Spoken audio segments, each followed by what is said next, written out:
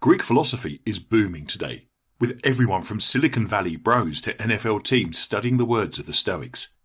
We can largely thank the Medici family for this. In the 1400s, Greece and its great works were walled off from the West. The Medici family was at the time building a banking fortune in Florence and making a series of brilliant political chess moves that made them de facto rulers of the city. One of those moves was to fund the translation of works by Plato, Epictetus, Hippocrates, Galen, and Homer. This brought the scholarship westward and, eventually, to us all.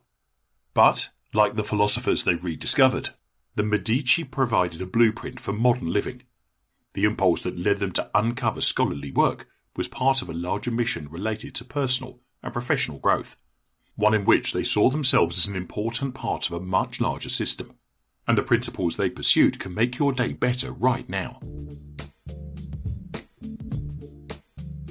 Cosimo de' Medici was just another businessman until he established an elaborate favour network in the early 1430s. He focused on doing good turns for Florence's businessmen, politicians, and religious leaders. Within a few years, everyone of influence in Florence was beholden to Cosimo, even the Pope, to whom Cosimo gave large and favourable loans. This tactic helped Cosimo run Florence behind the scenes, becoming, as Pope Pius II said, a king in all but name. New science conducted in the Netherlands backed his technique. The researchers discovered that when we do a favour for someone, the person is left with two conflicting emotions: the negative emotion of indebtedness and the positive emotion of gratitude. The former, unsurprisingly, tends to compel the person to assist us later. The latter makes them more likely to have our back and consider us a friend. Paradoxically, this second phenomenon works both ways. The Benjamin Franklin effect suggests that we also start to like the person we've helped. Florence's heavy hitters didn't just owe Cosimo, they also allied with him, solidifying Cosimo's power.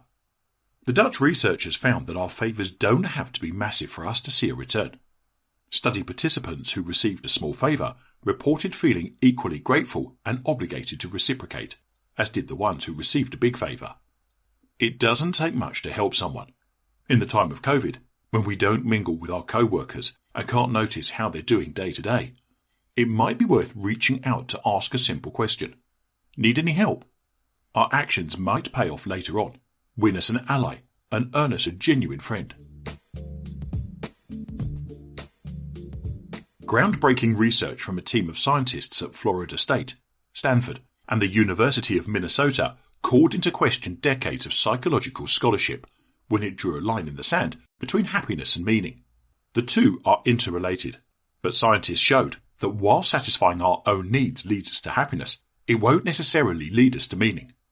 The opposite is also true. Helping others gives us meaning in life, but doesn't necessarily make us happy. And the extremes can be dangerous. Consistently putting others first, the researchers say, increases stress and anxiety, while regularly putting ourselves first can lead us to live a joyful but rather shallow life. The Medici understood that satisfaction and power come from putting ourselves and others on an equal playing field. The family, of course, was swimming in money, but historians point out that there were plenty of other rich families in Florence at the time. The Medici endured because they used much of their time, money, and influence to bolster the Republic of Florence. Medici fortunes financed beautiful projects like St. Peter's Basilica and Santa Maria del Fiore. They lent money to the government for public works projects. They boosted societal well-being by commissioning stunning public art, monuments, and libraries. In his 1974 biography of Lorenzo de' Medici, Cosimo's grandson, the historian Hugh Ross Williamson wrote that Lorenzo would neglect no opportunity of protecting, increasing, adorning and raising the city, but was always ready with counsel, authority and painstaking, in thought and deed, shrank from neither trouble nor danger for the good of the state and its freedom. The people of Florence, from the dirt poor to the filthy rich, experienced better access to public services, a stronger economy, and greater well-being. The Medici, meanwhile, could wield more influence. The Medici nearly single-handedly took Europe out of the Dark Ages and ushered in the Renaissance, a period perhaps best known for its art. The family funded the greatest works of Botticelli, Leonardo da Vinci, Michelangelo and Raphael. We can even thank the Medici for the invention of the piano and opera.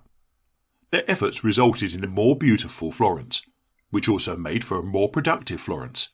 Researchers in the UK found that people who worked in offices with interesting art were 17% more productive and had fewer health complaints compared to workers in minimalist offices. When employees could choose the art inside their workspace, their productivity jumped 32%. Many of us have saved money in quarantine, less commuting, eating out, drinking in bars, etc. Why not invest some of that money into a more visually compelling workspace? The UK research and enduring legacy of one of the most powerful political dynasties in history suggests that it'll pay itself back.